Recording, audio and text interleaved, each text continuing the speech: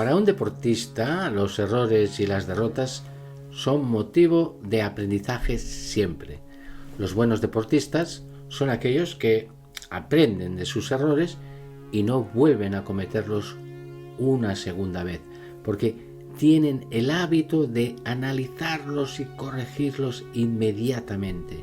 El fútbol formativo debe descubrir el gran valor que tiene ese tesoro que se llama error. Muchas veces no somos capaces de ver sus múltiples ventajas. La cultura dentro del fútbol base, que consiste en ganar como sea, está privando a nuestros hijos de un aprendizaje muy enriquecedor. Sí, efectivamente, ese tesoro se llama error. El error me ayuda a avanzar si soy capaz de detectarlo, corregirlo y aprenderlo para convertirlo en la siguiente actuación en un acierto. Solemos medir la calidad por las victorias conseguidas. El que gana es el que va por el buen camino y nos olvidamos del que pierde.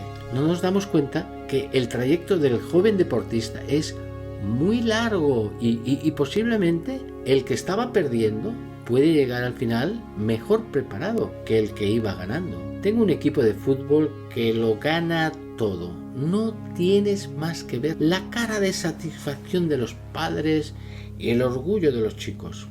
Van a los entrenamientos con un aire de campeones que me llega a preocupar. Uno puede llegar a pensar que a sus 10 años ya han alcanzado la cima, cuando no han hecho más que comenzar. ¿Qué está pasando con este equipo? Analizando con objetividad, te das cuenta de que sus jugadores poseen un nivel muy alto, más alto que la media de los otros equipos con los que juega, y el resultado es humillante en cada partido. Ganan por goleada, sin necesidad de esfuerzo. ¿Es esta la mejor situación para un aprendizaje? En mi opinión, es lo peor que les puede pasar si lo que realmente quieren es aprender. Para ellos no existe la sensación del error y esto es un problema grande. Ganar por encima de todo. Ganar es el único objetivo que persiguen algunos clubes. Hablan de formación, pero en realidad no importa si aprenden o no. Lo que hay que hacer es ganar. Si ganas, es que haces las cosas bien. Y si pierdes, es que lo haces mal. Y esto en el fútbol formativo no es así. Pero volvamos a la historia de este equipo ganador. En una ocasión, charlando con los padres del equipo, se me ocurrió decirles que esperaba pronto una derrota. Ellos me miraron alucinados, comentando que eso no lo entendían. ¿Cómo puedo desearle una derrota? ¿Qué pasará?, respondía yo, cuando el equipo empiece a perder. No ha cambiado el entrenador, ni los entrenamientos, ni los jugadores. Empezarán las quejas, las excusas, las críticas a tal persona. Estos chicos no están aprendiendo nada este año, porque aparentemente no existen dificultades, no existen errores. Todo marcha a la perfección y si avanzan es muy poco. Cuando un equipo gana, tiene el peligro de que sus jugadores se olviden rápidamente de sus errores.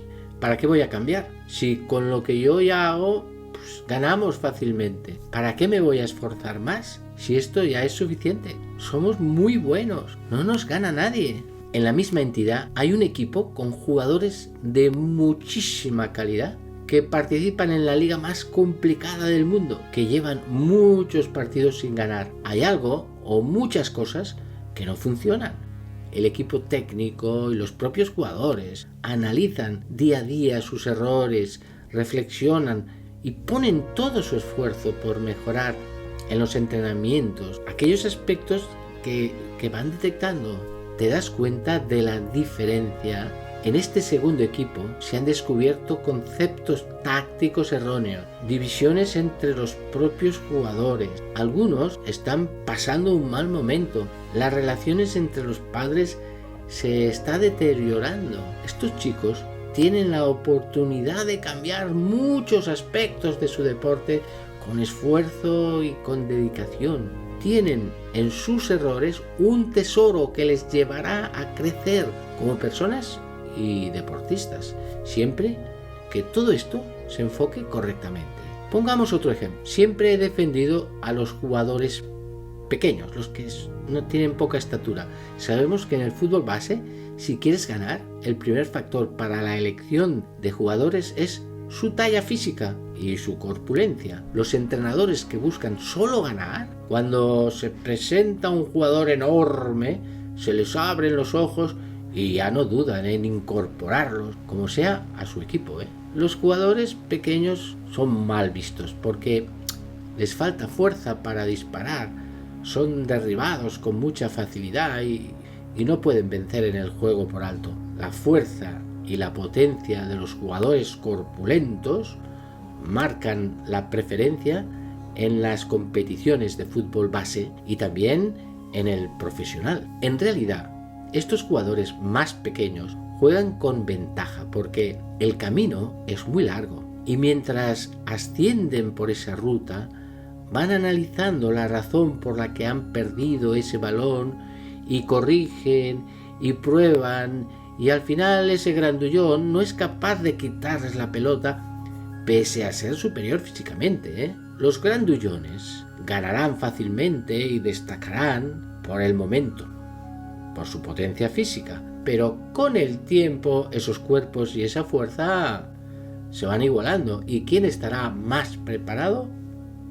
Aquel que ha tenido que esforzarse más. El jugador de gran tamaño gana con facilidad y destaca casi sin realizar esfuerzo.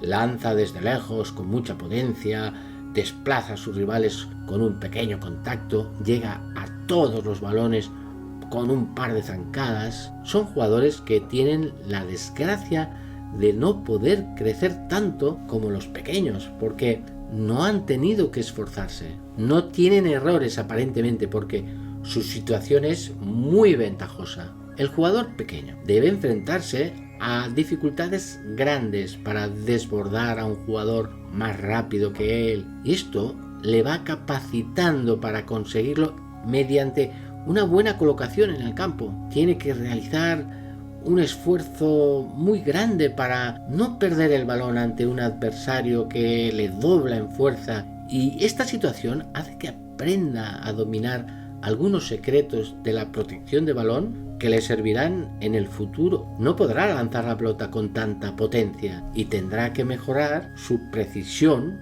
para colocar el balón en la portería de forma magistral. Y eso le va a permitir estar mucho más preparado que el que únicamente lanza con potencia y mete muchos goles. Como vemos, son muchos los beneficios que podemos obtener de una situación en la que estás de inicio en desventaja. Es cuestión de tener claro el objetivo que te marcas. ¿Y qué tiene que ver todo esto que te cuento con la humildad? Me imagino que lo estás percibiendo. Para dejarlo más claro, quiero destacar que el jugador pequeño conseguirá mejorar más si es lo suficientemente humilde para no dejarse llevar por la sensación de que es inútil esforzarse porque el jugador grande tiene mucha ventaja en los partidos. Humildad para reconocer tus limitaciones y ser capaz, a partir de ahí, de encontrar soluciones a esas limitaciones.